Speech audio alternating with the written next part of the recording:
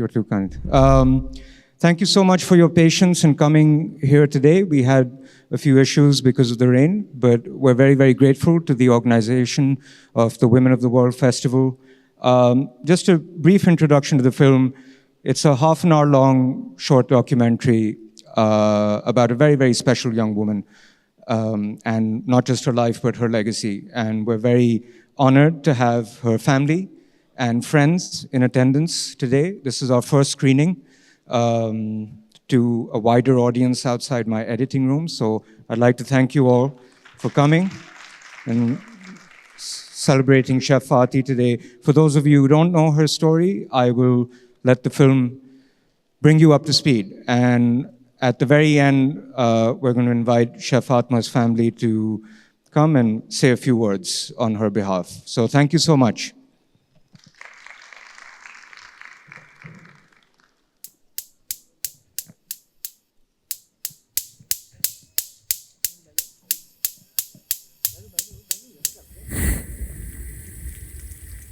Out of work, into the long nights, stress. I'm nervous and unsure, and I'm anxious.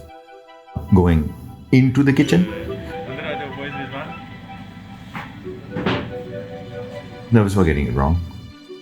Nervous about it not being good. Nervous about it not doing justice. As far as this idea of like doing Fatma's recipe justice, as far as this idea of doing a good job with her food. If you had to tell someone who didn't know Fatma about her, what would you tell them? I'd say Google. No Google. What if you have to tell them? Fatma. My sister. She's like curious, she's adventurous, she's brave, as in like she doesn't have any fear. I don't mean to say she's brave like she's whatever, you know, you couldn't just like take what you wanted from her. Like it's not that she wouldn't share it with you, but like she had like a real kind of there was an energy to her which was very strong. And she was mischievous. One of the things that she does when she eats her food is she makes this little noise when she eats her food and she's enjoying it. She goes, noyam, noyam, noyam, noyam. As she's eating it, she's just like this humming sound coming from her because she likes what she's eating. And that's when you know that she's in a happy little place. And we leave, and then Fatma finds herself in America. Sort of 4.5, 5 years old, starting elementary school over there, in a brand new country, brand new people, totally different to Lahore and everything we've known here. And she adapts because she is like that. And she finds her place there, even though it was difficult. She comes back, and when she comes back, she comes to Karachi. And she does the same thing that she did before, which is adapt. What is unique about you? Everything. And she makes really good friends in Karachi. Okay, now do Zeni. What do we have now? Who turn into her friends for life. Why twinkle, twinkle, little star, how I wonder what you are, how I wonder what you are. What was a new discovery for her, which was her love for food and cooking. And she's getting more and more obsessed with cooking and food, and she's watching BBC Food all the time, and she's in her head probably just thinking about one day being the person on that television. My fencing mask beans. And she comes to a crossroad when it comes to time for her higher education. Zeni, I'm trying to think of a quote, of a poem in my head, but I can't do it. But now I have one. And so, another year goes by, but you still have miles to go before you sleep. She'd made up her mind, she'd done her homework, she packed her bags, and then she's finally off. And she's gone to the US, to the best culinary school there is there. And she just throws herself into a degree and she learns everything she can. And she sets up a little life in New York. Go. I was young.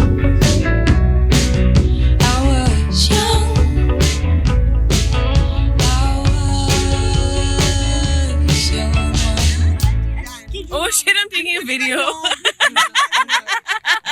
And Fatma starts working in the kitchens that she wants to. Few women become top chefs in New York City, but Fatima Ali has done so.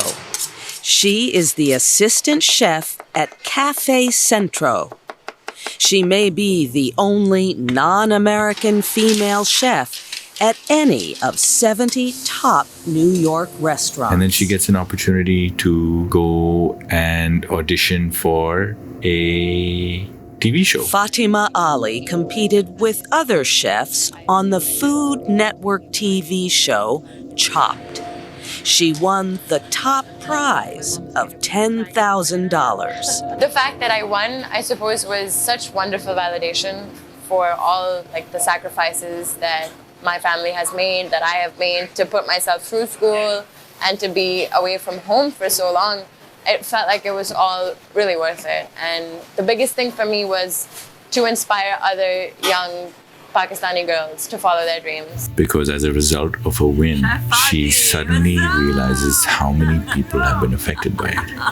And while the new talent from Pakistan is blowing our mind, we have these two fuckers as our judges. And obviously, a gifted cook always, and through her experience, she became better.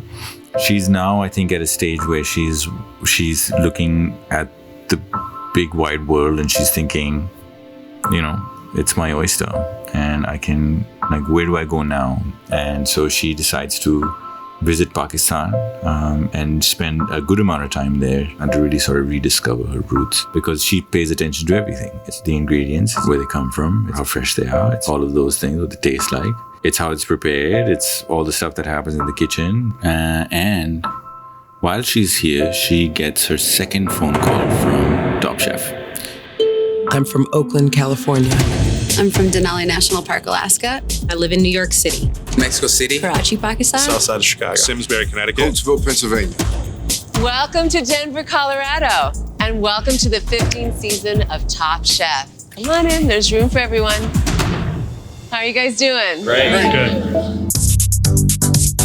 The first challenge is always very nerve-wracking. Especially with Padma, I'm always she's gonna know everything. So it's I grew up in Pakistan and I used to watch BBC Food all the time. Padma had this travel show and she would travel over India. I was obsessed. She was actually the only brown woman on that cooking channel.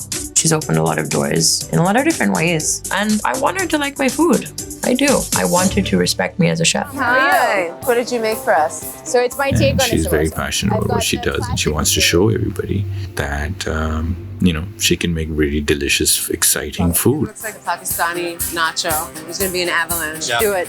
Every single flavor. The spices, they had great texture.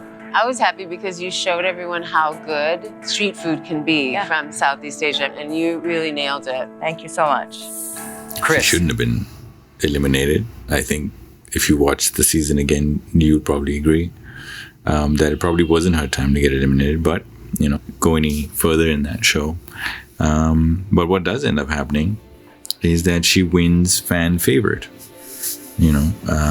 She does go on to be voted everybody's favorite.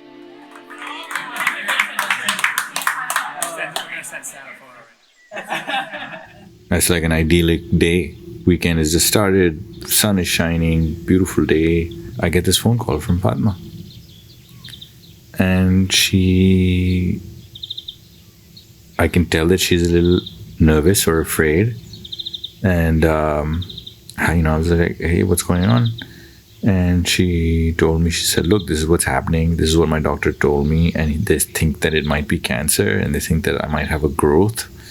And I don't know, and she was crying. She doesn't know how to tell her parents. So she just asks me, obviously, she's like, can you tell them. I was like, of course. So I told her to just relax as much as she could, and then we figure it out. And that she doesn't need to worry. And she has science on her side and medical progress on her side. So she need not worry.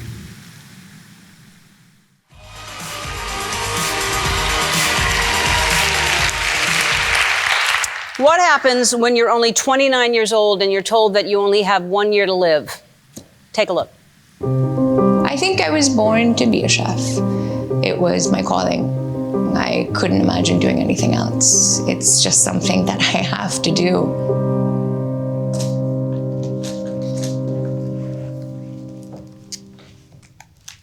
My name is Fatima. I'm 29 years old, and a few weeks ago, my doctor said that I have only 1 year to live. Right after filming Top Chef, it was supposed to be one of the most exciting times in my life. And I was in the hospital because I was newly diagnosed with Ewing sarcoma. When I was diagnosed, it was obviously incredibly jarring. It was the biggest shock of my life. But I knew that the only way I was gonna beat this was through positivity and rallying people around me. Just keep moving, keep plowing through every obstacle that came my way. From New York, please welcome Fatima Ali.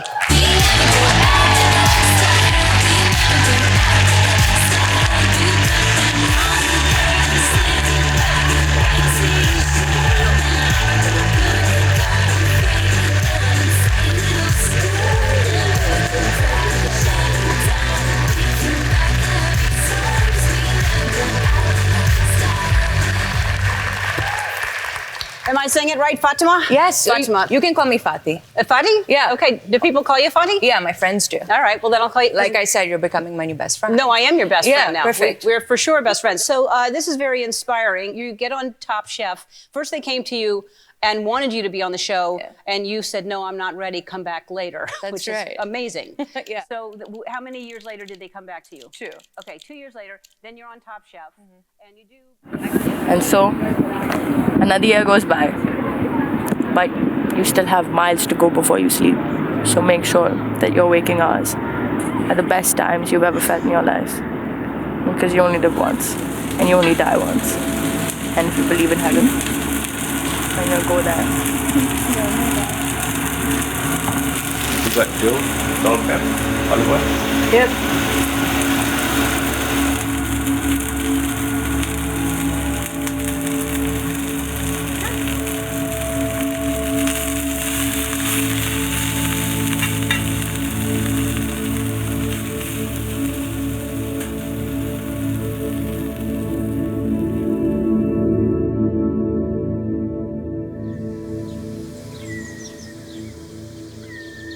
My sister. Even though we knew what was coming, nothing can really prepare you for that. Her loss and the way that she died, I think that's what makes it even more painful in many ways. Knowing just how much she had to give. Oh, you're familiar, no? From hi, Ba. You are with the camera. Just wanted to say hi and I'm missing you. But feeling better today. So yeah. That's you soon. Fatma, in essence, left these like little breadcrumbs. It was only after I saw how she did what she did in her life. Who is he? And then how she dealt with her illness. I'd say that she was very special. And that, in many ways, I didn't even understand just how special she was. And I just took it for granted. It is a gaping hole, and there's nothing that's going to fill it. Feeling around in the dark to try and figure out, like, what do we do now? Like, how do you live life now? Because there's no going back. Sometimes you can feel kind of alone, and you feel like you're the only one who's going through something. I feel so lost sometimes, and I miss my sister.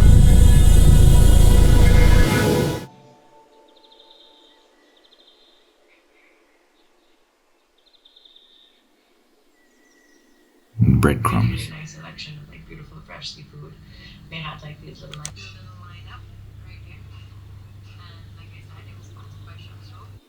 Yeah, I'm getting all emotional now a little bit, but it's been really incredible. Don't be afraid. That's all I have to say. It's like, don't be afraid. Get out there and just do it. I mean, what's the worst that could happen?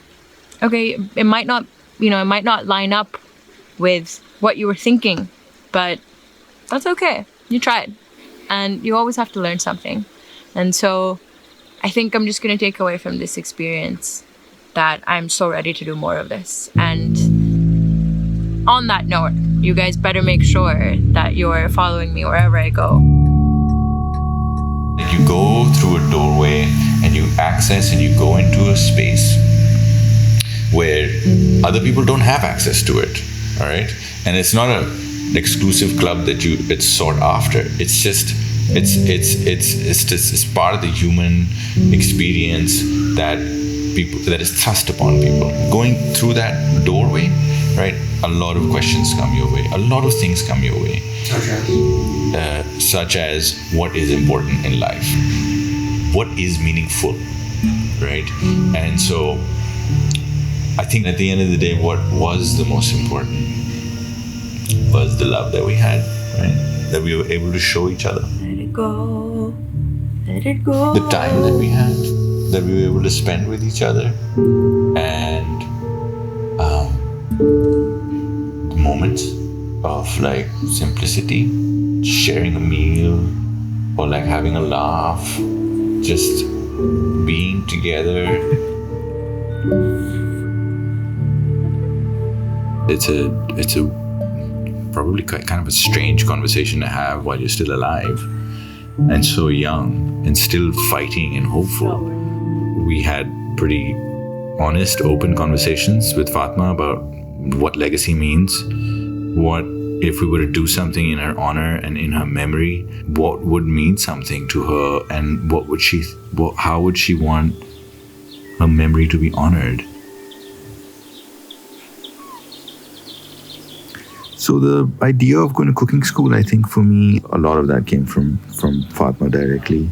One of the things I really love when I cook is I get to use a lot of my sister's things. So, we try and preserve as much as possible. So this is her apron, and whenever Being inspired by what she had done in her life, but also being, in some perverse way, inspired by what happened with her in terms of her illness. Fatima Ali hopes to return to Pakistan to create services where poor families enjoy low-cost meals. These are Fatma's own words. Growing up in a country like Pakistan, where the rich are rich and the poor are dead, many have witnessed the poverty that lies at our doorsteps. If I ever grow up, I thought I would feed them. Feeding the kids, that's something that's huge for Fatma. They're constantly watching on as other people sit in their nice air-conditioned cars and have these delicious treats. All they can do is kind of fantasize about it, right? So we want to break that. We want to say, hey, listen, you're special too. And you know what? Here's a special treat just for you. Everything kind of came together on Fatma's second anniversary of her passing. On the 25th is do something special for Fatma and in her name, and feed people some of her food. This food drive really is our first food drive. This is really just the start of something that's going to last a lifetime. To spread joy through food. The recipe itself is Fatma's. It comes from this dish that she used to make at Van Pakistan, which was a stall in Brooklyn at this place called Smorgasburg. And it was a fried chicken biryani that she used to make. And so we thought, how nice would it be for us to actually make a dish that Fatma herself sort of invented in many ways. It's her recipe. It was really about kind of capturing a lot of the flavors that were in there and then just changing the format. So we turned it into a burger. So that took a little tweaking, that took a little bit of experimentation. And especially for me, I think it was a little bit of pressure in trying to think about I got to do justice to Fatma's food, hope that it's going to be delicious. Some lovely people at Koza, the chefs there, the cooks there, who have in fact cooked with Fatma in the past, and were, so happy to be part of this. I really enjoy cheeseburgers. I mean, who doesn't, honestly? And I wanted to figure out a way to incorporate something quintessentially like American with something quintessentially Pakistani. First thing you got to do is make the masala. Is caramelize the onions quite a bit. We want to get a lot of color on it. Grind all the spices, we toast them, then we add a crap ton of tomato. Essentially, we make the base through that. Then that base we set aside, and we use that base to make a mayonnaise. We use that base to also toss the chips in, and then we add the chips in the burger. The fried chicken itself gets marinated overnight, just like Fatma's recipe calls for. This fear and anxiety walking into the kitchen, and then that feeling of calm setting in, and things just slowing down.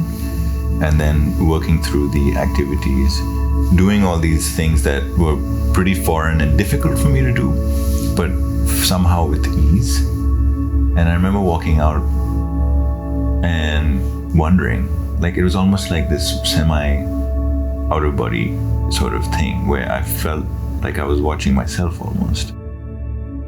And I felt at that time, I was like, oh, I think I know what that is. And maybe it isn't just me there at that time. What is it? I feel my sister. I feel Fatma there, because I know that when I'm in that space or when I need help, that there's something there to guide me. There's something there to kind of nudge me. There's something there to move me a certain way, to make something happen.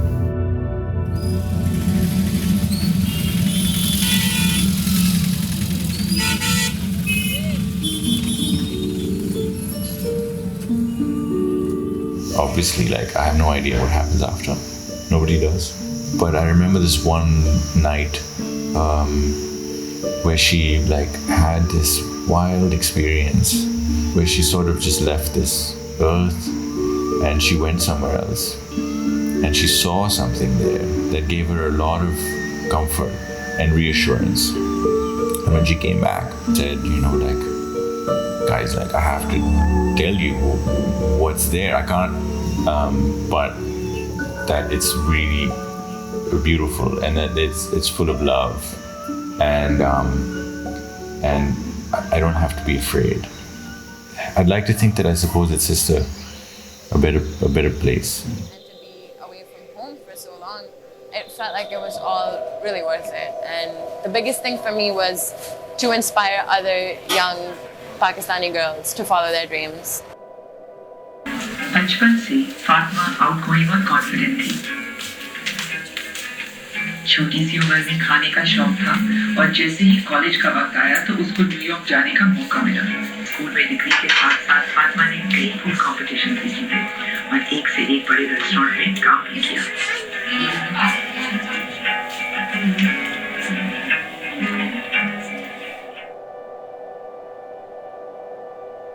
किसको अच्छा लगा आज?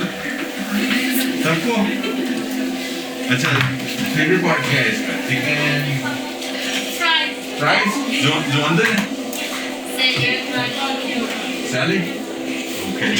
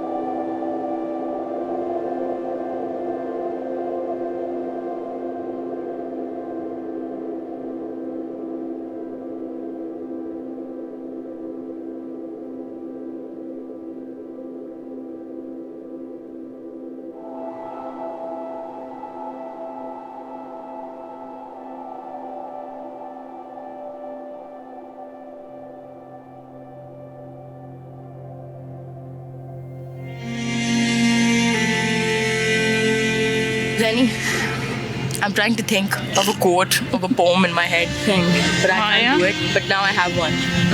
And so, another year goes by. But you still have miles to go before you sleep. So make sure that your waking hours are the best times you've ever felt in your life. Because you only live once, and you only die once. And if you believe in heaven, then you'll go there. But I'm gonna die next September. In this world, there is madness.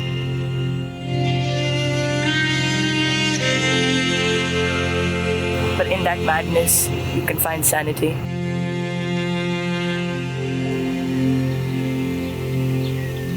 And I know you're one of those people.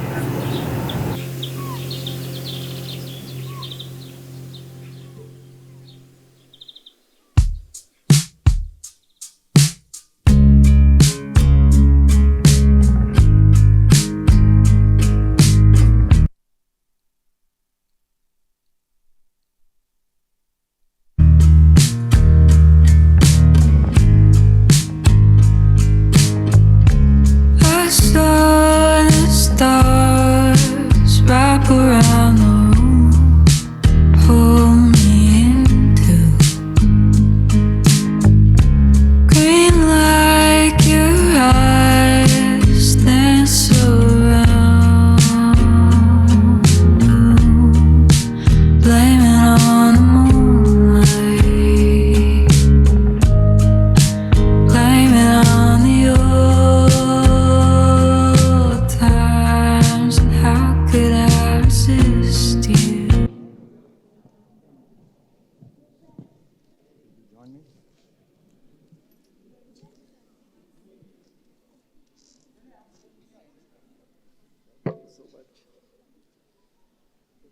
Ms. Fariza Durrani, Chef Fati's mom, Mohammed. We're just going to request them to say our star of the film, aside from his sister. And, who wants to speak first?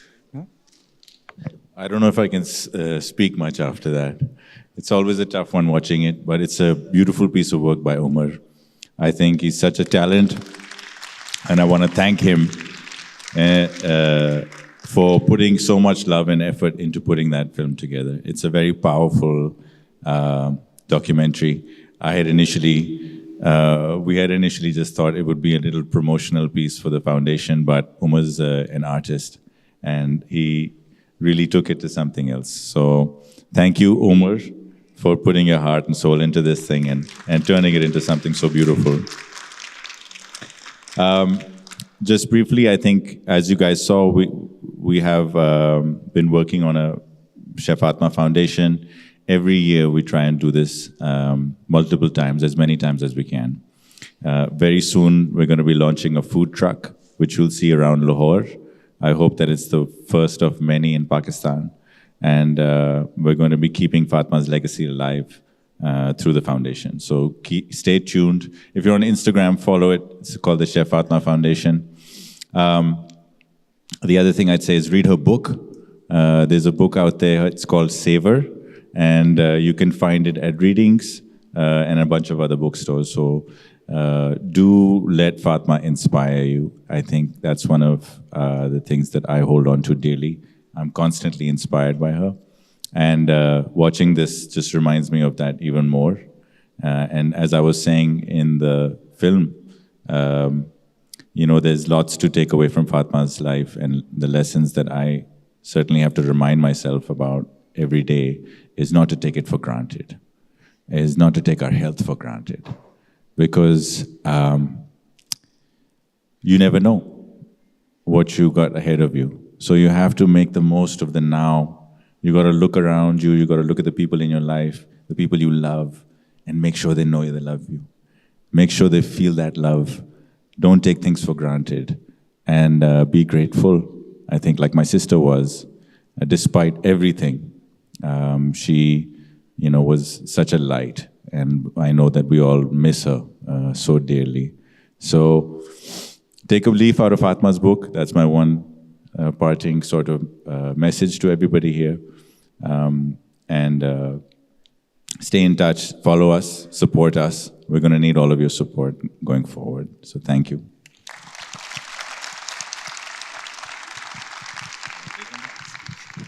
My mom would love to say some stuff, but I think she's a bit emotional right now. So she's not going to speak. Just want to thank all of you for being here, but most importantly, Umar, for putting such a beautiful piece together. And it really does justice to Fatima and her memory and her legacy, all of it. And she lives on through this beautiful piece that you've created. She's always with us. So thank you. Thank you so much, everyone. I've been at I have one sentence I can't really follow on that much. I've been doing this for 15 years now, and this is perhaps, and I'm not just saying this because it's this occasion, this is the most special story that I've been entrusted to tell. And I think that for me, the takeaway was to get to know, I didn't know Chef Fati when she was alive. I used to read her writings. I think I met her once very briefly. And, I constantly go back to that moment and wish that, I struck up a conversation or said more. But to get to know Fari Auntie was just a really amazing, extremely brave and resilient lady, and Mohammed, who is equally so. That's really, the question that this film asks is, what is the end, right? Is the inevitability of death the end? And I feel that when love continues, and you get, even though Chef Fati wasn't here during the making of this film, to get to know her family and a lot of their very colorful and wonderful friends who are also here, it's just a real joy and a privilege. And it makes me think that it's not the end, it's never the end. You become a story, and that story inspires even the person who's putting it together. So thank you for that, and thank you for trusting me. And thank you